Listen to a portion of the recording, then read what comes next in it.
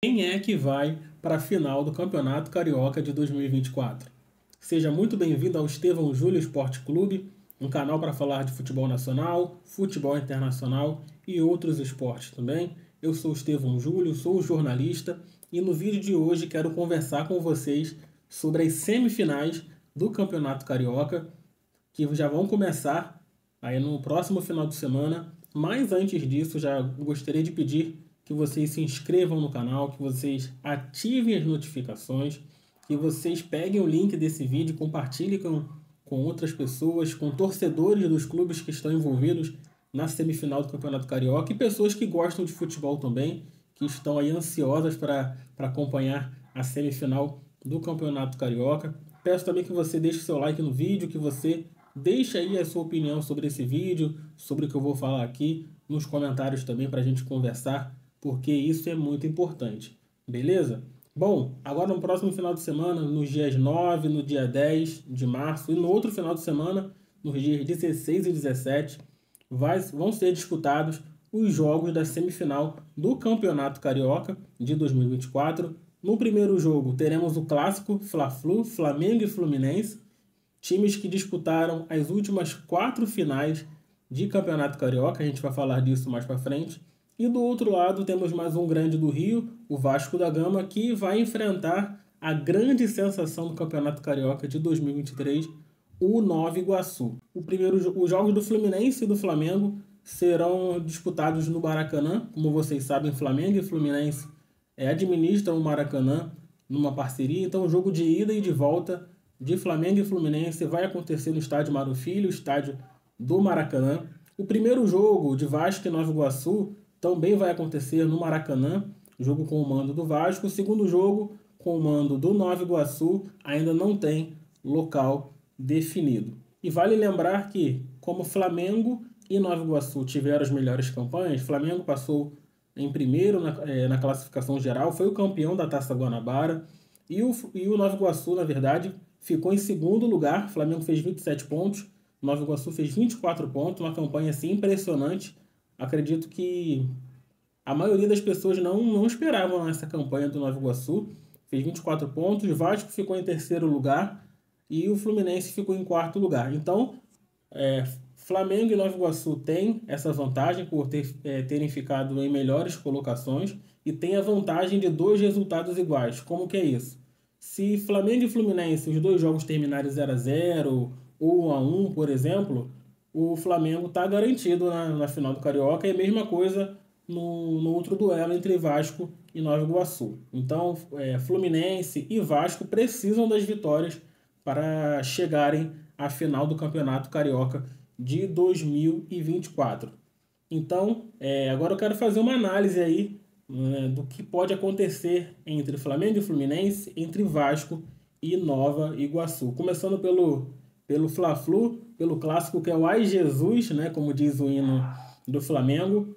Vale lembrar que além das 4 finais, como eu citei anteriormente, 2020, 2021, 2022 e 2023, com 2 vitórias para cada lado, o Flamengo campeão em 2020, campeão em 2021, o Fluminense campeão em 2022 e campeão ano passado, 2023. Duelo super disputado, a rivalidade entre as duas equipes aí aumentou nos últimos anos por conta disso. O Flamengo segue sendo o time mais vezes campeão carioca, mas um outro ponto muito interessante que vale ressaltar e que vale destacar para o futebol carioca, para o futebol do estado do Rio de Janeiro, é que Flamengo e Fluminense também são os 2 últimos campeões da Taça Libertadores da América. O Flamengo venceu em 2022, chegando ao tricampeonato, né, da Libertadores da América. E o Fluminense conquistou a tão sonhada Taça da Libertadores, esse sonho que estava aí guardado há pelo menos 15 anos, né, desde aquela derrota para LDU em 2008 no Maracanã, quando o Fluminense conseguiu ser campeão da Libertadores no Maracanã. Então, além, né, desse ingrediente de 4 finais consecutivas entre Flamengo e Fluminense, nós temos aí os atuais campeões, os 2 últimos campeões da Libertadores da América, sendo do Rio de Janeiro. Isso é muito interessante. Outro ponto que eu quero destacar também é que eu acredito que vai ser um duelo tático muito interessante, porque Flamengo e Fluminense tem os dois melhores técnicos, um dos dois melhores técnicos do Brasil, na minha opinião, à beira de campo. Flamengo tem o técnico Tite, campeão mundial da Libertadores, brasileiro, pelo Corinthians, e o Fernando Diniz, né, que muitos consideram aí um cara que é fora da caixa, que tem feito o diferente. Chegou, inclusive, né, mesmo que por pouco tempo, a dirigir a seleção brasileira, não teve tanto sucesso assim, mas que já vinha de trabalhos interessantes no Atlético Paranaense, no Audax, e no Fluminense agora chegou no ápice, né? Foi campeão carioca com o Fluminense, foi campeão da Libertadores e acabou de ser campeão da Recopa também. Título também inédito na galeria do Fluminense, então chega com um gás a mais, né? E o Tite é aquele futebol que a gente já conhece, né? Muita gente diz que o Tite tem um futebol pragmático, um jogo sem graça. Eu não vejo tanto assim, por mais que muita gente não goste, mas é um jogo de muito controle de bola, né? Os times do Tite, o Flamengo do Tite, nós temos visto isso também, que vai controlando o jogo, que valoriza a posse de bola e principalmente a consistência defensiva. Nos jogos do Flamengo no Campeonato Carioca, em que o Tite estava à beira de campo e com o time titular, porque vale lembrar que em alguns jogos o Flamengo manteve uma equipe alternativa, o Flamengo não tomou gols no Campeonato Carioca com o Tite à beira de campo e com o time titular. Isso é algo que a gente precisa destacar e que é o forte do Flamengo também. Uma das principais forças, né? O Flamengo tem uma excelente equipe, os melhores jogadores do Brasil, grande parte, a maioria dos melhores jogadores em atividade no futebol brasileiro estão no Flamengo, e a consistência defensiva, que é muito importante para qualquer equipe. Além disso, o Flamengo tem o Pedro, que é um dos artilheiros do Campeonato Carioca, com 8 gols, né, que tem feito a diferença no ataque do Flamengo. Acredito que o torcedor do Flamengo nem tem sentido tanta falta assim do Gabigol, né? O Gabigol, que desde 2023 não vem tão bem assim no time do Flamengo, tem amargado o banco de reserva, já mostrou, já declarou que não está satisfeito com isso, mas o técnico Tite já deixou bem claro, eu acho que isso todo mundo já entendeu, que o titular do ataque do Tite é o Pedro. E o Fluminense, por outro lado, depois de ser campeão da Libertadores, trouxe mais nomes, reforçou seu time, como por exemplo Renato Augusto, Douglas Costa, grandes nomes no futebol brasileiro, jogadores que acredito eu que qualquer time do Brasil queriam ter esses jogadores em seu elenco. Acredito que o time do Fluminense está bem mais forte que o time que foi campeão da Libertadores. Na Fluminense, que também começou o Campeonato Carioca com uma equipe alternativa, até porque o time titular, o time principal do Fluminense, viajou para o Mundial de Clubes, né, onde foi superado pelo Manchester City na final do Mundial de Clubes. Então o elenco titular teve um tempo a mais de descanso, de férias, até voltar aí para as atividades de pré-temporada e começar definitivamente a jogar. Inclusive, Flamengo e Fluminense já se encontraram nesse Campeonato Carioca. O Flamengo venceu por 2-0. Se eu não me engano, agora o Fluminense também começou o jogo com uma equipe alternativa, né, mas o Flamengo foi melhor naquele jogo e venceu por 2-0. Mas o futebol do Diniz também já está muito claro para todos nós, né? Aquele jogo de toque de bola, desde o goleiro Fábio, para envolver o time adversário, para balançar o time adversário. Em alguns momentos ele meio que faz aquele monte de jogadores de um lado do campo ali para tentar abrir espaço do outro lado. E o Fluminense, obviamente, tem Germancano, né, que é um atacante também, que veio para o Brasil através do Vasco da Gama e que tem feito muito sucesso no Fluminense, além de Marcelo e outros nomes. O time do Fluminense, no geral, também é um time muito bom, tem um esquema de jogo muito bem definido, então por isso que eu considero que vai ser um duelo tático muito interessante. São dois times que gostam de estar com a bola, que gostam de controlar o jogo, cada um à sua maneira. E nesses dois jogos aí nós teremos o privilégio de ver essas duas equipes em campo, duelando, dessa vez na semifinal, para ver quem é que vai chegar na final do Campeonato Carioca. Bom, levando em consideração aí o retrospecto, a Taça Guanabara de Flamengo e de Fluminense, eu acredito eu, que o Flamengo tem um time melhor, tem peças melhores, que mesmo num dia não muito bom do coletivo, tem peças individuais que podem resolver o jogo e foi um campeonato mais consistente do Flamengo também. O Flamengo não perdeu no Campeonato Carioca, enquanto o Fluminense perdeu 2 partidas. É algo que eu quero destacar aqui também, que pode saltar aos olhos sobre essa semifinal do Carioca. Porque justamente os jogos que o Fluminense perdeu foram clássicos, né, que em tese são os jogos mais difíceis aí no Campeonato Carioca, que são os jogos ali entre os 4 grandes clubes do Rio de Janeiro. Perdeu para o Flamengo, como eu falei, por 2-0, e perdeu recentemente por 4-2 para o Botafogo, e além disso empatou com o Vasco também em 0-0, naquele jogo bem polêmico em relação à arbitragem. Tanto o Fluminense quanto o Vasco ainda mais, né? O Fluminense não venceu clássicos, né? Foi um empate e 2 derrotas, então isso acende um sinal de alerta aí em relação a essa semifinal. E pelo que eu vi dos jogos do Fluminense, né, apesar de ter sido campeão agora aí da Recopa Sul-Americana, perdeu o primeiro jogo, mas conseguiu reverter e foi campeão em cima da LDU. Eu acho que o time do Fluminense titular, né, esse time que a gente já conhece, do Fluminense ainda não engrenou, né, não é o Fluminense que a gente conhece ainda nessa temporada de 2024. Tudo bem que ainda é início de temporada, mas o Flamengo a gente já vê que tem um corpo, né? Esse time do Tite já tem um corpo, né? Já engrenou, digamos assim. E o time do Fernando Diniz, por mais que já tenha mais tempo de trabalho, ao meu ver, na temporada 2024 ainda falta algo a mais nesse time do Fluminense. E o Fluminense divulgou, né, no dia 6 de março que o Samuel Xavier está fora desse jogo. O Samuel Xavier, lateral direito do Fluminense, está fora desse jogo. Uma baixa importante, né? Tudo bem que o Fluminense tem o Guga, mas os jogos que eu vi do Guga como titular no Fluminense não se comparam ao Samuel Xavier, que é o titular da posição, que entrega melhor aquilo que o Fernando Diniz espera de um lateral direito no esquema tático dele. Então, uma perda importante aí para o Fluminense, pelo menos para esse primeiro jogo da semifinal do Campeonato Carioca. O Fluminense também já divulgou que mais de 29 mil ingressos foram emitidos até o momento para a semifinal. O primeiro jogo é mando do Fluminense, e esses 29 mil ingressos equivalem aos planos de sócio do Fluminense, né? O sócio entra lá no site, faz o check-in, garante o seu ingresso, e a partir desta quinta-feira, 7 de março, o Fluminense vai liberar os ingressos para o público em geral. Então, acreditamos que o Fluminense vai ter um número muito maior de torcedores no Maracanã no próximo sábado, dia 9 de março, o jogo que é às 9 da noite, com transmissão da Band, no canal Gold também, no YouTube.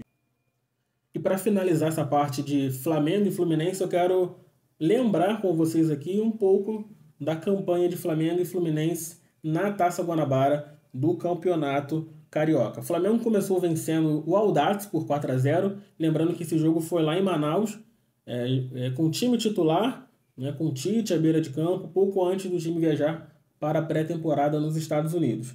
Depois empatou em 1-1 com o Nova Iguaçu, ganhou do Volta Redonda por 3-0, empatou em 0-0 com a Portuguesa, venceu o Sampaio Corrêa por 2-0, teve aquele 0-0 com o Vasco, graças também ao Léo Pereira, né, que salvou 2 bolas ali do Verratti, e o pênalti perdido também pelo Gabigol no final do jogo. Venceu o Botafogo por 1-0, venceu o Bangu por 3-0, venceu o Boa Vista por 4-0, venceu o Fluminense, como já falei, por 2-0 e finalizou a Taça Guanabara e levantando o título em cima do Madureira, vencendo o time do subúrbio carioca por 3-0 no Maracanã.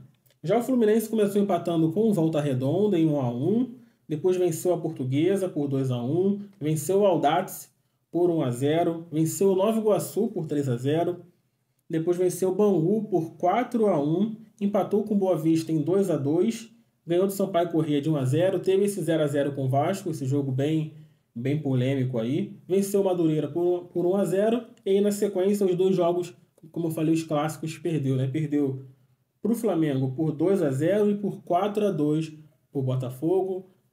O Fluminense que chegou, né, a buscar um empate, saiu perdendo por 2-0 ali nos primeiros 15 minutos de jogo, empatou o jogo no segundo tempo, mas o André foi expulso, né? Fez um pênalti e o Botafogo no final ainda fez mais um. E quando a gente fala aí de Vasco e Nova Iguaçu, se você colocar na ponta do lápis, pegar a história dos dois clubes, você pode pensar que o Vasco da Gama vai ter uma missão fácil e já está garantido na final do Campeonato Carioca. Mas eu não acredito nisso, até porque, como eu falei, o Nova Iguaçu teve campanha, inclusive, melhor que o Vasco, venceu o Vasco no Campeonato Carioca desse ano. Um jogo polêmico também, o Vasco que em várias situações reclamou da arbitragem ao longo da Taça Guanabara, foi prejudicado realmente, né, contra o Bangu, contra o próprio Nova Iguaçu, teve a questão do jogo do Fluminense também, mas enfim, o Nova Iguaçu fez uma excelente campanha na Taça Guanabara, conquistando 24 pontos, só perdeu uma partida que foi para o Fluminense, e além disso, na primeira fase da Copa do Brasil, venceu o Itabuna da Bahia por 8-0. Então, o Nova Iguaçu vem embalado, tem bons jogadores como o Bill, que já jogou no Flamengo, entre outros jogadores na equipe, uma equipe bem encorpada, uma equipe que sabe jogar bola, que tem jogado bem, que foi construindo os seus resultados ao longo da Taça Guanabara e com certeza vem muito animada com a possibilidade de disputar pela primeira vez a final do Campeonato Carioca. Para o Vasco, eu acredito que pode ser o recomeço, né? O clube que desde 2022, desde o meado ali de 2022, vem contando com os investimentos da 777, né? A SAF, que administra o futebol do Vasco. 2023 não foi como esperado para o Vasco, né? Que a torcida, comentaristas esperavam que o Vasco ficasse ali no meio de tabela do Campeonato Brasileiro e o Vasco lutou até a última rodada para não cair, né? Graças ao excelente trabalho do Ramon Dias, do Emiliano Dias, o Vasco conseguiu ficar na primeira divisão e começou o ano de 2024 muito bem, né? Fez a pré-temporada ali no Uruguai, num torneio Rio de la Plata, conquistou duas vitórias e duas taças simbólicas também, e perdeu apenas um jogo na temporada, que foi esse jogo do Campeonato Carioca, justamente contra o Nova Iguaçu, que vai ser o adversário dessa semifinal. O Vasco teve alguns jogos que jogou bem, outros nem tanto, mas que conseguiu vencer ou empatar. E a melhor partida do Vasco, muitos comentaristas, os próprios torcedores têm falado, foi a partida contra a Portuguesa, justamente aí na última rodada da Taça Guanabara, quando o Vasco venceu por 4-0. O Vasco fazendo boas triangulações, o Payet desfilando, né? Acho que o Payet merece esse destaque aqui também, que é um cara que vem da Europa, né? Já jogou em Premier League, Ligue 1, que é o campeonato francês, e decide vir para o Brasil jogar no Vasco da Gama. É um jogador que você vê que está dedicado, né? É um Payet totalmente diferente de quando chegou, perdeu peso, tá jogando muita bola, tá fazendo gol, tá colocando os companheiros na cara do gol também. Então é o cara desse time do Vasco.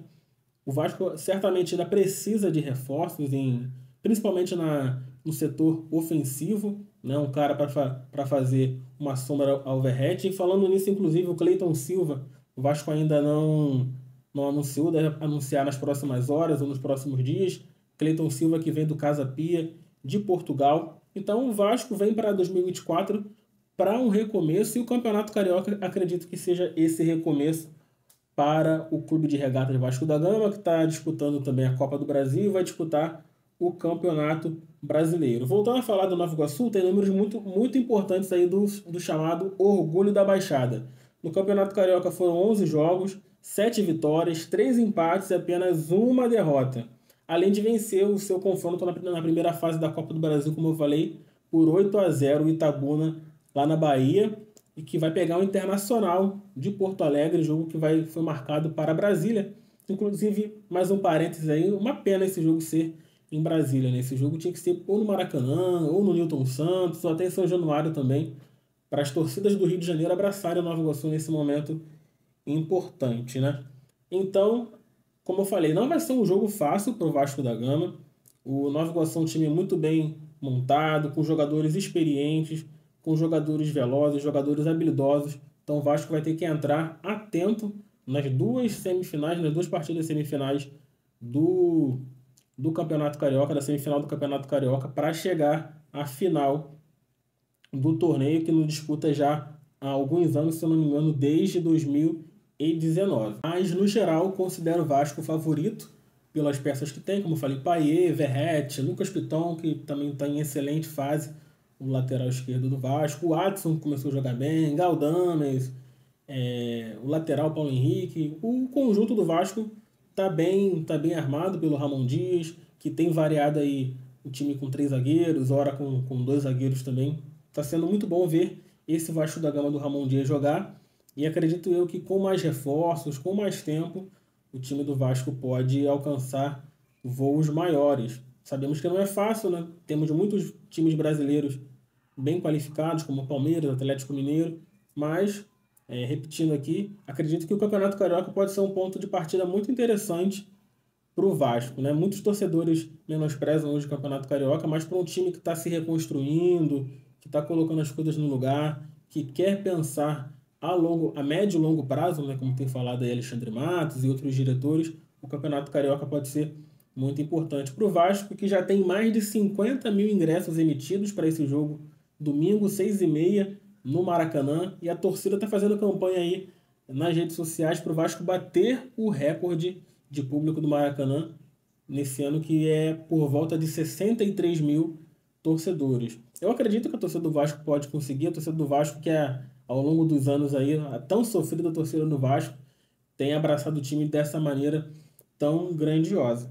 Vamos passar aqui rapidinho também pela campanha do Vasco na Taça Guanabara. Vasco que começou vencendo o Boa Vista por 2-0, depois teve aquele jogo louco lá em Saquarema com o Sampaio Corrêa, empatando, na verdade, por 3-3. Inclusive o Luca Orediano jogou muito naquela partida. Uma pena ele não ter pedido para sair do Vasco e buscado novos ares. Seria um excelente jogador, com certeza, nas mãos do Ramon Dias para 2024. Depois venceu o Madureira por 2-0. Empatou com o Bangu, um jogo lá em Brasília, um jogo bem polêmico também. O pênalti que o Medel cometeu, o Vasco reclamou que não foi pênalti. Foi o jogo que o Vasco perdeu o Paulinho para a temporada inteira praticamente também. Foi uma tarde, na verdade, bem complicada para o Vasco ali em Brasília. Depois perdeu para o Nova Iguaçu, num outro jogo também que o Nova Iguaçu merecia ter pelo menos 2 jogadores expulsos ali. Mas no geral, naquela partida, o Vasco estava bem abaixo do que se esperava. Aí empatou em 0-0 com o Flamengo, venceu o Audax por 1-0, num jogo também que, por mais que o Vasco tenha vencido, se esperava mais, um placar mais elástico devido à fragilidade do Audax. O Vasco venceu com um gol do David, carinhosamente chamado pela torcida do Vasco de DVD. Depois empatou em 0-0 com o Fluminense, venceu o Botafogo por 4-2, venceu o Volta Redonda por 2-1 em Cariacica, no outro jogo que o Vasco também não foi bem, mas conseguiu fazer o resultado e fechou a Taça Guanabara com chave de ouro, vencendo a Portuguesa em São Januário.